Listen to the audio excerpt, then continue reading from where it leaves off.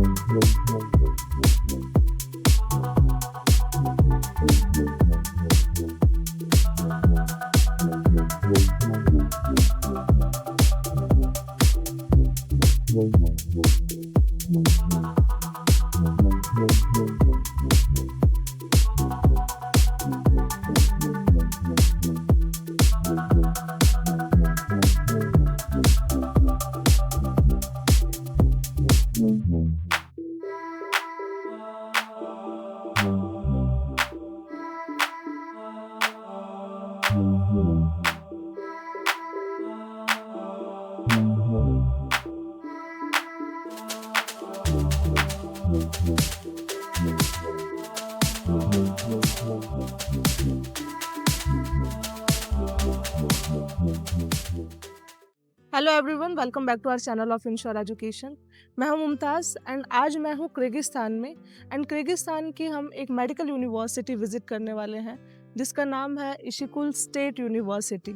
University में अभी जहां पे हम हैं, ये मेरे पीछे मेन कैंपस है जहां पे बच्चों के सारे लैब्स हैं, क्लासेस भी बच्चों की यहाँ पे लगती हैं। लोकल स्टूडेंट्स की यूजुअली क्लास यहाँ पे लगती है। आप राइट साइड में देख सकते हैं वो कैंपस नंबर 3 है जो कि इंटरनेशनल स्टूडेंट्स के लिए रहेगा, जहाँ पे इंडियन स्टूडेंट्स की क्लासेस लगेंगी। लैब्स भी बच्चों के वहीं पे रहेंगे, एडमिनिस्ट्रेटिव डिपार्टमेंट भी बच्चों का यहीं पे रहेगा। तो जनरली बच्चों को कहीं और ट्रैवल करने की या फिर कहीं और जाने की ज़रूरत नहीं रहेगी। कोई प्रॉब्लम आती है तो भी सारी चीज़ें बच्चों के लिए उसी बिल्डिंग में अवेलेबल रहेंगी। सिमिलर वे में अगर आप मेरे राइट साइड देखेंगे तो कैंपस नंबर 2 है जहाँ पे अभी इंटरनेशनल स्टूडेंट्स के लिए भी जो एडमिनिस्ट्रेटिव डिपार्टमेंट है वो वहीं है। हालांकि जब कैंपस नंबर 3 रेडी हो जाएगा तब 3 में बच्चों के लिए वो सारी फैसिलिटीज़ मिलेंगी। और जितना भी अभी एडमिनिस्ट्रेटिव डिपार्टमेंट है फॉर लोकल स्टूडेंट्स, जैसे कि रेक्टर की ऑफिस, डीन की ऑफिस, प्रो रेक्टर की ऑफिस, वो सब आपको कैंपस नंबर 2 में मिलेगी। तो अभी हम यूनिवर्सिटी टूर स्टार्ट करते हैं एंड देखते हैं कि बेसिकली यहाँ पे क्या क्या फैसिलिटीज़ बच्चों को मिलेंगी आने वाले टाइम में। सबसे पहले हम मेन कैंपस का विजिट करते हैं एंड देखते हैं कि क्या क्या आपको चीज़ें यहाँ पे मिलने वाली है। वैसे देखा जाए तो मेन कैंपस जो है वो 3 फ्लोर की बिल्डिंग है एंड यहाँ पे बेसमेंट में आपको सारे लैब मिलेंगे। बट कॉलेज टूर के साथ साथ एक सवाल बच्चों का ये आता है कि मैम, सबसे इम्पॉर्टेंट तो ये है कि हम जहाँ से एमबीबीएस कर कर आएंगे उसके बाद हमारी डिग्री इंडिया में वैलिड होगी या नहीं। And that too it is a very important question और ये सवाल होना भी चाहिए। तो इस सवाल का जवाब ये होता है कि अगर आप किसी भी मेडिकल यूनिवर्सिटी से एमबीबीएस करते हैं तो मेन चीज़ ये होती है कि वो यूनिवर्सिटी एनएमसी की सारी गाइडलाइंस को फुलफिल करे।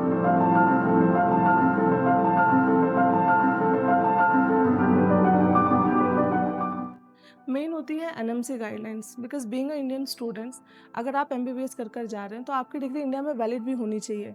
उसके लिए सबसे इम्पॉर्टेंट पॉइंट होता है कि आपकी यूनिवर्सिटी WHO लिस्टेड होनी चाहिए और वो आप चेक कर सकते हैं डब्ल्यू डोम्स की वेबसाइट पे। आप वहाँ जाएंगे, किर्गिस्तान में अगर आप सर्च करेंगे तो आपको इसिकुल स्टेट यूनिवर्सिटी वहाँ पे मेंशन मिल जाएगी। एनएमसी गाइडलाइन में सेकंड पॉइंट एनएमसी ये बोलती है कि आप जिस यूनिवर्सिटी में जाएंगे वहाँ पे जिस तरीके से लोकल स्टूडेंट्स को एजुकेशन मिलती है, सेम तरीके से इंडियन स्टूडेंट्स को भी एजुकेशन मिलनी चाहिए। एंड साथ में जो भी आपकी क्लासेस होंगी वो सारी इंग्लिश मीडियम होनी चाहिए। अब आपको सेम तरीके की एजुकेशन मिल रही है, इसको हम किस तरीके से जान सकते हैं? जो लैब्स इंटरनेशनल स्टूडेंट्स के लिए बनाए गए हैं उन्हीं लैब्स में इंडियन स्टूडेंट्स को प्रैक्टिस करवाई जाए। जो करिकुलम इंडियन स्टूडेंट्स के लिए होता है वही करिकुलम लोकल स्टूडेंट्स के लिए होना चाहिए। ये सारी चीज़ें होती हैं जिनका हमें ध्यान रखना होता है किसी भी मेडिकल यूनिवर्सिटी को चूज़ करने से पहले। अभी आप देखेंगे ये पूरा रिसेप्शन एरिया है मेन कैंपस का। मेन कैंपस में मेरे लेफ्ट साइड की जो विंग है ये अभी रिनोवेट हुई है। यहाँ पे आपको सारे मेडिकल लैब्स मिलेंगे, लेबोरेटरीज मिलेंगी, एनाटॉमी लैब मिलेगा, फिजियोलॉजी लैब मिलेगा, जहाँ पे आपकी प्रैक्टिकल भी होते हैं, जहाँ पे आप चीज़ों को सीखते भी हैं। एंड साथ ही में बच्चों की क्लासेस भी यहीं पे होती हैं। अभी हम चलते हैं और देखते हैं सारे लैब एक बार इंडिविजुअली।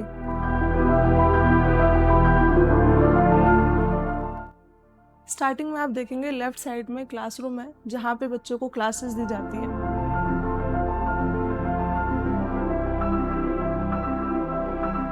आप देख सकते हैं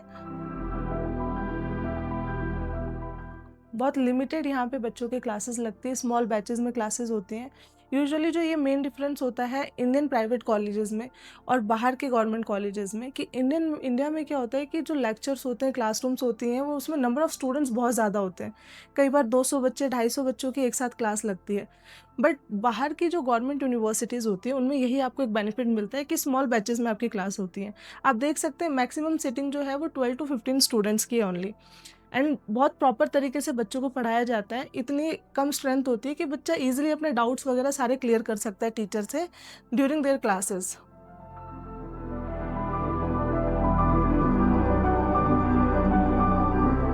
नेक्स्ट आप देखेंगे मेरे राइट साइड में माइक्रोबायोलॉजी लैब है।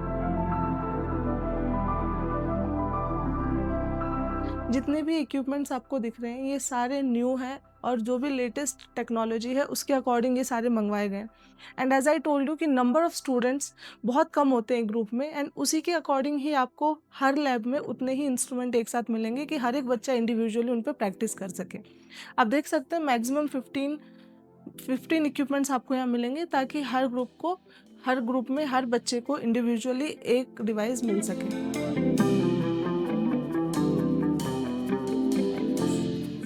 नेक्स्ट अभी इसी तरीके से जो ग्राउंड फ्लोर है यहाँ पे सारे ही लैब्स हैं। अभी हमने माइक्रोबायोलॉजी लैब देखा है, अभी हम देखते हैं और लैब्स भी सारे आपको यहीं पे मिल जाएंगे। And as I told you before कि आपके मेन कैंपस के सामने ही कैंपस नंबर 3 है जहाँ पे आपकी इंटरनेशनल क्लासेस लगेंगी। तो जब भी आपको लैब में आना है तो 100 मीटर की डिस्टेंस है, आप आराम से आ सकते हैं। कई बार हमने देखा है कि बहुत सारे कॉलेजेस में ऐसा होता है कि बच्चों को लैब्स में जाने के लिए बस से भी ट्रैवल करना पड़ता है। वो एडवांटेज आपको यहाँ मिलेगा कि आपको सिर्फ वॉकिंग डिस्टेंस पे ही आपके लैब्स वगैरह सब मिल जाएंगे। अब आप देखेंगे ये जो मेरे राइट साइड में है ये है बायोकेमिस्ट्री लैब। इसमें चलते हैं और देखते हैं कि क्या क्या फैसिलिटीज़ बच्चों को मिलेंगी।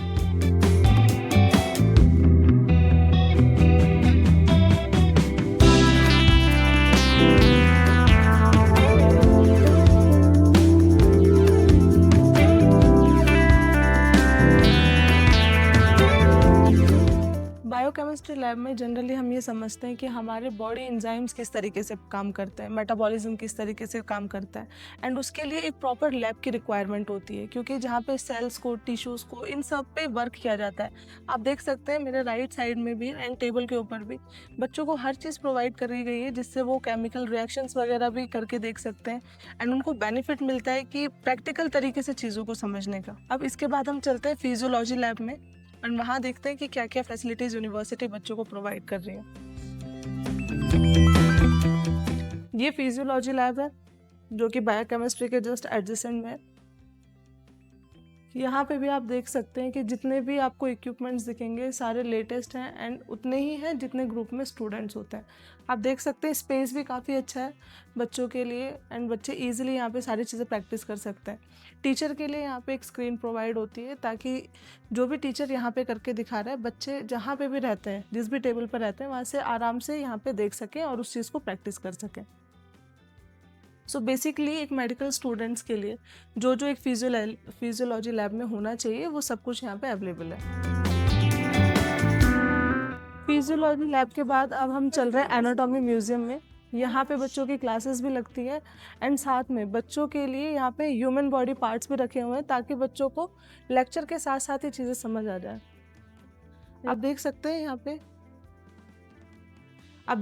यहाँ पे बच्चों को क्लासेस दी जाती है एनाटॉमी की। एंड मेरे साइड में आप देख सकते हैं, लेफ्ट साइड में सारे ऑर्गन्स रखे हुए हैं ह्यूमन बॉडी के। स्कल रखा हुआ है, स्कल में डिफरेंट पार्ट्स भी आपको दिखाए गए हैं, पूरा बॉडी पार्ट आप देख सकते हैं।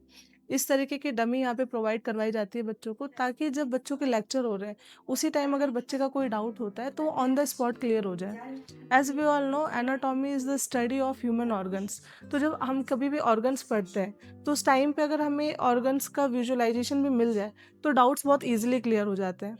अभी आप देख सकते हैं यहाँ पे टीचर पढ़ा भी रहे हैं बच्चों को, एंड बच्चों को जो भी डाउट है वो ऑन द स्पॉट वहाँ पे टीचर क्लियर कर रहे हैं बच्चों को। तो ऐसा नहीं है कि अगर बच्चों का कोई डाउट होता है तो बच्चों को क्वेश्चन पूछने का या फिर बच्चों के डाउट्स क्लियर नहीं करे जाते हैं। एंड क्लास के, as I told you before also, classroom का आप साइज देख सकते हैं, ओनली लिमिटेड स्टूडेंट्स ही रहेंगे। आपको ओवर क्राउड नहीं करा जाएगा किसी भी ग्रुप में कि कहीं आपको कोई इशू आए।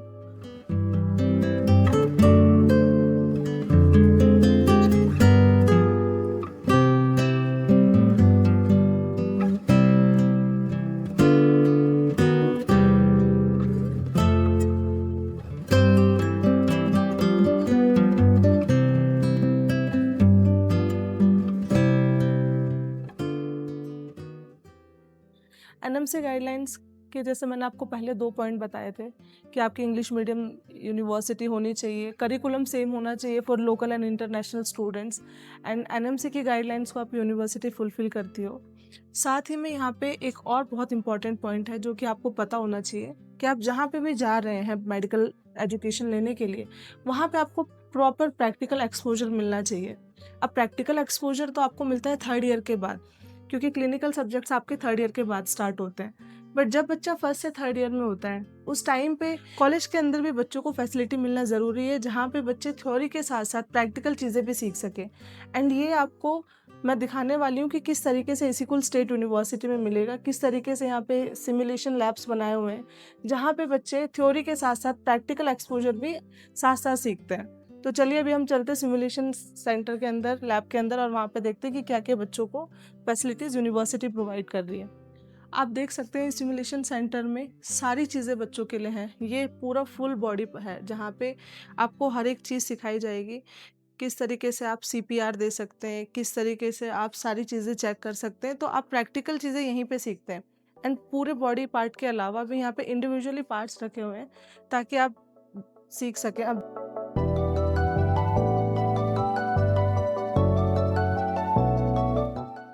जैसे कि आप देख सकते हैं यहाँ पे ये सीपीआर मशीन दे रखी है।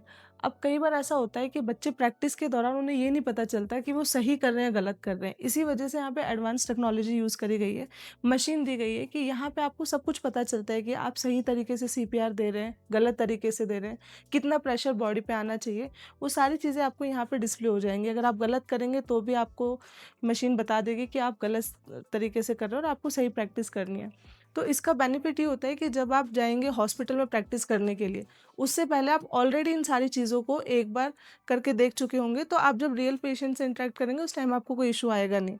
इसी तरीके से आप यहाँ पे देख सकते हैं, ये देखिए फुल बॉडी यहाँ पे रखी हुई है, एंड यहाँ पे किस तरीके से स्टिचेस करते हैं वो सारी चीज़ें बता रखी हैं कि किस डायरेक्शन में होने चाहिए। छोटे कट होते हैं तो उनमें कितने स्टिचेस होते हैं, बड़ा अगर कोई कट लगेगा तो किस तरीके से स्टिच होगा। ये सारी चीज़ें बच्चे को कॉलेज में ही सिखाई जाती हैं।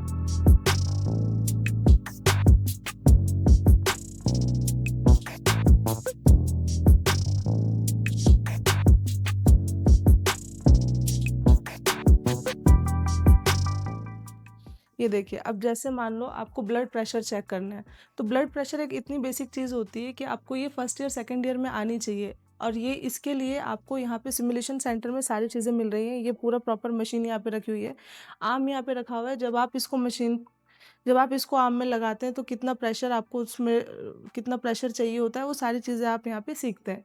तो बेसिकली आप क्लिनिकल रोटेशन से पहले इन सारी चीज़ों को प्रैक्टिस कर चुके होते हैं कॉलेज में। यही फ़ायदा होता है इस सिमुलेशन सेंटर का किसी भी कॉलेज में होने का। सिमुलेशन सेंटर के बाद अब हम जाएंगे हिस्टोलॉजी लैब में। हिस्टोलॉजी लैब भी काफ़ी इंपॉर्टेंट होती है with respect to medical student. अभी हम देखते हैं कि हिस्टोलॉजी लैब कैसा है अंदर से। ये हिस्टोलॉजिकल लैब है, यहाँ पे आप देख सकते हैं कितनी सारी माइक्रोस्कोप रखी हुई हैं। ये माइक्रोस्कोप इसीलिए रखी हुई है ताकि ह्यूमन बॉडीज़ के जो भी टिश्यूज़ होते हैं उनके बारे में स्टडी करी जाए। अगर आप इसकी थ्योरेटिकल नॉलेज लेंगे और प्रैक्टिकल नॉलेज नहीं लेंगे तो कहीं ना कहीं वो नॉलेज अधूरी रहेगी। इसी वजह से जब हिस्टोलॉजी की थ्योरेटिकल क्लासेस हो जाती हैं उसके बाद बच्चों को लैब्स में लाया जाता है ताकि वो उन चीज़ों को प्रैक्टिकल करके भी देखें। एंड वहाँ पे जो स्क्रीन है उसके नीचे भी 2 माइक्रोस्कोप्स रखे हुए हैं, वो टीचर्स के लिए हैं। टीचर्स वहाँ पे सारी चीज़ों को फंक्शन करके दिखाते हैं एंड बच्चे उसी तरीके से सीखते हैं। एंड जैसा कि मैंने पहले भी आपको बताया, जितने बच्चे होंगे उन सबको इंडिविजुअली एक माइक्रोस्कोप मिलेगा to practice and to see the human tissue structure. इसके बाद हम चलेंगे एनाटॉमी लैब में एंड वहाँ पे अब हम देखते हैं कि क्या क्या फैसिलिटीज़ बच्चों को मिल रही हैं।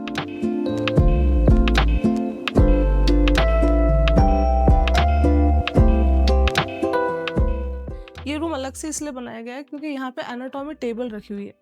अब बच्चों का ये डाउट होगा कि मैम एनाटॉमी टेबल क्या होती है। यूजुअली इंडिया में क्या होता है कि बच्चों को प्रैक्टिस करने के लिए रियल कैडेवर मिल जाते हैं। रियल कैडेवर मतलब रियल डेड बॉडी।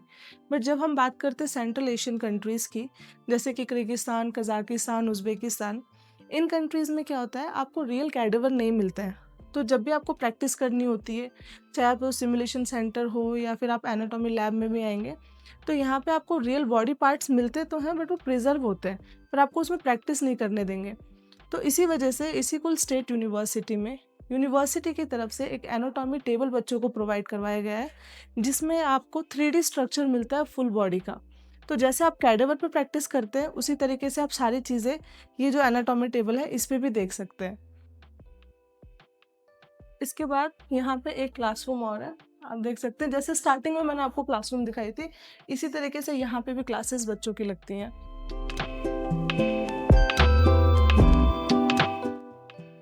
ये क्लासरूम है, यहाँ पे भी बच्चों की क्लासेस लगती हैं।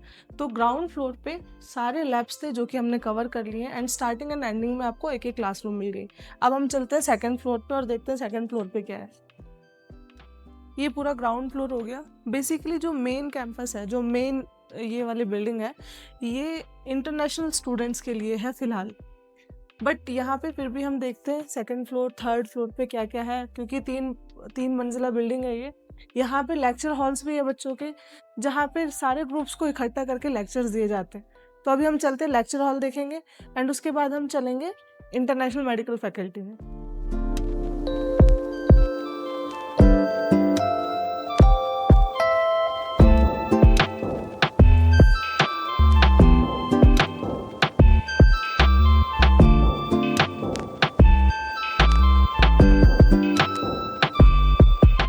ये आप देख सकते हैं लेफ्ट साइड में, वैसे अभी ये लॉक्ड है बट ये लेक्चर हॉल है। यहाँ पे जैसे 2 ग्रुप्स को इकट्ठा करके एक साथ लेक्चर दिया जाता है। आप देख सकते हैं कितनी कंफर्टेबल सीटिंग बनाई हुई है। सामने एलईडी है जहाँ पे टीचर खड़े होके लेक्चर देते हैं।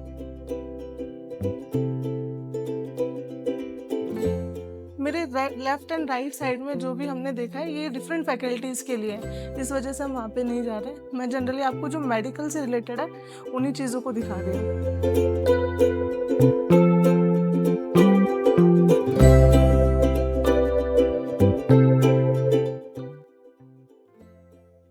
ये टॉप फ्लोर पे इस कैंपस के आपको लेक्चर हॉल मिलेगा। जब हम 2-3 ग्रुप्स को मर्ज कर देते हैं उसके बाद अगर हमें थोड़ा बड़ा लेक्चर लेना है तो इस रूम में लिया जाता है। वैसे तो ये मल्टीपर्पज़ हॉल है, यहाँ पे कॉन्फ्रेंसेस भी होते हैं, लेक्चर्स भी होते हैं और कोई छोटा मोटा फंक्शन जब होता है तो उसको भी इसी हॉल में किया जाता है।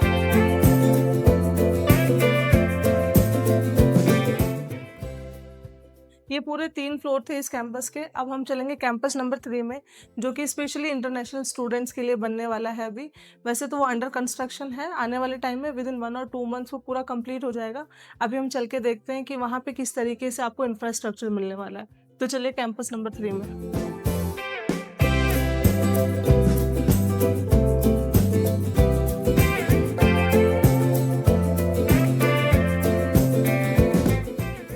अभी जो हमने विजिट करा वो ये कैंपस था जो कि मेन कैंपस है इस यूनिवर्सिटी का। आप देख सकते हैं सामने कितना स्पेस यहाँ पे दिया गया है एंड इस सिटी की, कराकोल सिटी की जितनी भी कल्चरल फंक्शंस होते हैं वो सारे जनरली यहीं पे होते हैं। एंड एक बेनिफिट बच्चों को ये मिलता है कि जस्ट फ्रंट साइड में आप देख सकते हैं कि पार्क है, एंड पार्क भी बहुत बड़ा है।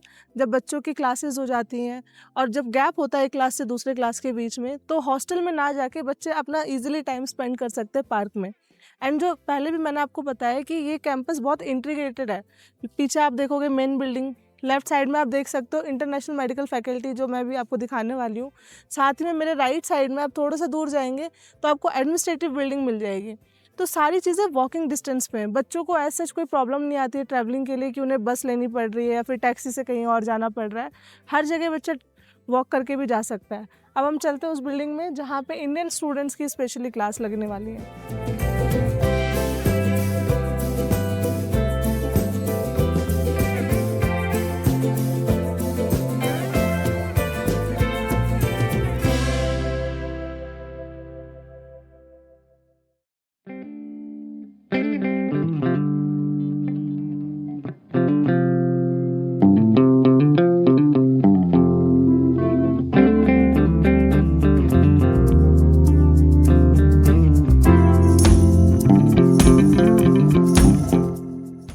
ये बिल्डिंग जो आप देख रहे हैं ये है कैंपस नंबर 3, जहाँ पे इंटरनेशनल स्टूडेंट्स की क्लास लगने वाली है आने वाले टाइम में। एंड ये बिल्डिंग आपको 3 फ्लोर की मिलेगी एंड इसमें बेसमेंट अलग से है। बेसमेंट स्पेशली लाइब्रेरी के लिए रखा गया है ताकि बच्चे शांति से पढ़ सके। अंदर अभी कंस्ट्रक्शन चल रहा है क्योंकि रेनोवेट हो रही है बिल्डिंग। जो सेशन आने वाला है 2026 वाला या फिर 2025 में जो विंटर इनटेक होगा, उस टाइम तक ये सारी चीज़ें रेडी हो जाएंगी। यहीं पे बच्चों के लिए लाइब्रेरी भी रहेंगी। यहीं पे बच्चों के लिए एडमिनिस्ट्रेटिव डिपार्टमेंट भी बनाया जाएगा जो कि स्पेशली इंटरनेशनल स्टूडेंट्स को हैंडल करेगा। आइए देखते हैं अंदर से किस तरीके से कंस्ट्रक्शन चल रहा है।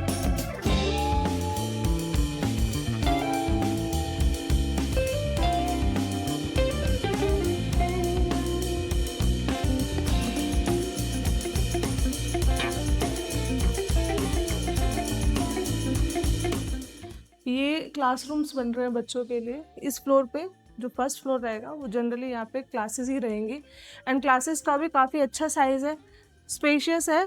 10 to 15 स्टूडेंट्स एक क्लास में रहते हैं तो उनके लिए काफ़ी अच्छी क्लासरूम यहाँ पे बनेंगे। ये पूरा रहेगा इंटरनेशनल स्टूडेंट्स के लिए। अब हम जा रहे हैं दूसरे कैंपस में जहाँ पे एडमिनिस्ट्रेटिव डिपार्टमेंट है, जहाँ पे डीन, रेक्टर, प्रो रेक्टर वो सब बैठते हैं। वैसे तो अभी हम जिस बिल्डिंग में जा रहे हैं वहाँ पे जो लोकल स्टूडेंट्स हैं उनका जो एडमिनिस्ट्रेटिव डिपार्टमेंट है वो है। जैसा कि मैंने आपको पहले बताया, आने वाले टाइम में जब इंडियन स्टूडेंट्स यहाँ आएंगे तो उनका जो एडमिनिस्ट्रेटिव डिपार्टमेंट रहेगा वो यहीं रहेगा, उनको कहीं ज़्यादा जाने की ज़रूरत है नहीं। बट अभी हम चलते हैं कैंपस नंबर 2 देखने के लिए, तो चलो।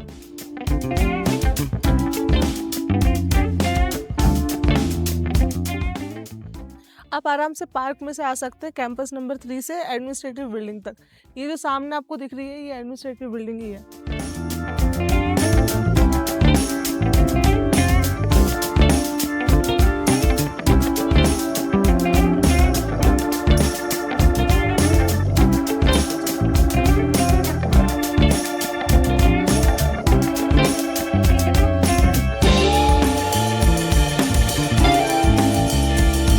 ये है एडमिनिस्ट्रेटिव बिल्डिंग जहाँ पे रेक्टर, प्रो रेक्टर, डीन सब लोग आपको यहीं पे मिलेंगे एंड यहाँ पे 1-2 लेक्चर हॉल्स भी है।